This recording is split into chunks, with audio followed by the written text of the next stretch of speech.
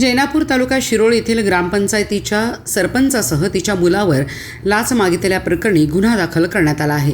संगीता रमेश कांबळे वयवर्ष 52 व निकेत रमेश कांबळे वयवर्ष 30 दोघे राहणार जैनापूर यांच्यासह एका खाजगी इसमाचा यात समावेश आहे.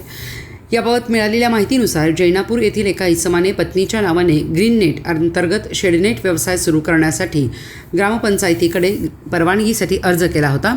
या अर्जाच्या अनुषंगाने चौकशी दरम्यान सरपंच संगीता कांबळे, त्यांचा मुलगा निकेत कांबळे व एका खाजगी इसमाने तक्रारदाराकडे 10,000 रुपयांची लाच मागितल्याचा आरोप आहे.